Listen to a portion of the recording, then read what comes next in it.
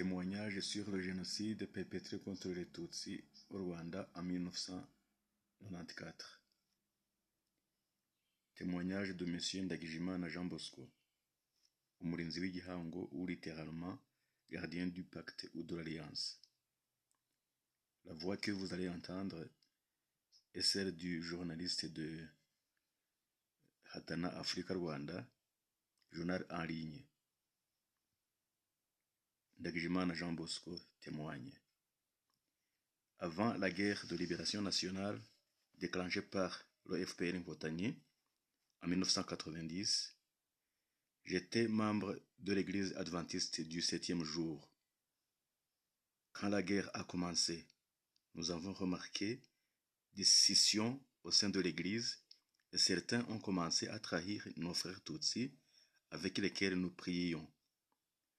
Trouvant qu'il y avait une partie des chrétiens qui priaient en plein air et qui n'avaient pas cette mauvaise idéologie, j'ai décidé d'adhérer à cette communauté. Depuis lors, le 12 décembre 1990, je n'ai plus fait partie d'aucune autre église. J'ai adhéré à une petite secte appelée Abatampera, ou les tempérants, dite Église de l'Esprit. C'est ici que nous avons commencé à entendre les témoignages de nos frères Tutsis sur leur persécution et cela nous faisait très mal. Nous avons alors commencé à leur manifester notre soutien et leur montrer que nous n'étions pas du côté de nos frères de chair qui les maltraitaient. C'est ainsi que j'ai pris la décision risquée de sauver ceux qui étaient pourchassés le 7 avril 1994. Après avoir remarqué la méchanceté dont les Tutsis avaient été l'objet pendant les années antérieures, j'ai vu cette fois-ci que la violence qu'ils subissaient dépassait tout entendement et que leur existence même était menacée. J'ai alors pris la décision, seul, à 18h du 7 avril 1994, après avoir parcouru tout Kagano et être accueilli par l'odeur piquante des cadavres partout aux abords des maisons, dans les bois, au bord des rues.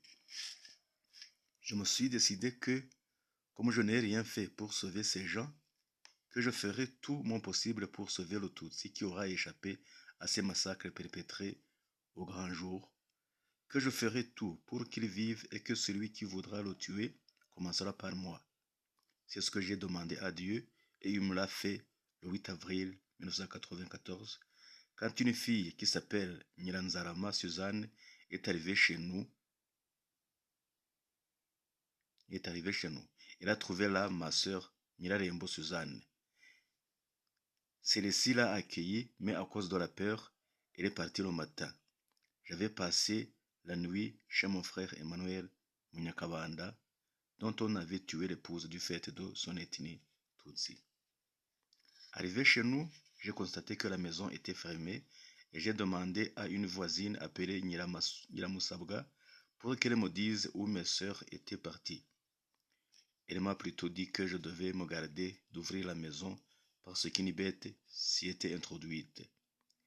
Elle parlait de Nyiranzarama et a ajouté: cherche où tu peux aller pour que ceux qui sont en train de rôder en cherchant les Tutsis ne te trouvent pas ici. J'ai alors remercié Dieu car il venait de donner une réponse à mon souci et j'ai commencé à chercher où la cacher, mais sans trouver. Avec la peur au ventre, j'ai encore demandé à Dieu de me montrer où aller et il m'a indiqué le sommet d'une colline. De là, j'ai observé le comportement des tueurs et comment certains habitants passaient la journée sur les collines et criaient quand ils voyaient un Tutsi pour le signaler aux tueurs. Le soir du sabbat, le 9 avril 1994, j'ai commencé mon voyage de fugitif et j'ai passé la nuit chez Gassabouné et c'est là que j'ai laissé cette fille, Nyiranzarama Suzanne, dans la cellule de Kareba, dans l'ancien secteur de Gakarara. Le matin du 10 avril 1994, mademoiselle Nyirabakarane Madolare Marceline est arrivée chez Emmanuel le soir. Je l'ai rencontré là-bas le lendemain matin et c'est ce même jour que j'ai trouvé M. Sinango Muryango Moïse, un Hutu comme moi, et nous nous sommes convenus tous les deux d'amener ses filles au Zaïre, aujourd'hui République démocratique du Congo. Nous sommes partis d'Okagano, 20h. Nous sommes allés à Mizamukire, Kareba, avons pris Nyiranzarama et nous avons passé la nuit en Ngando chez Joseph. Celui-ci nous a donné le conseil de cacher ses filles ailleurs que dans une maison et nous avons creusé un trou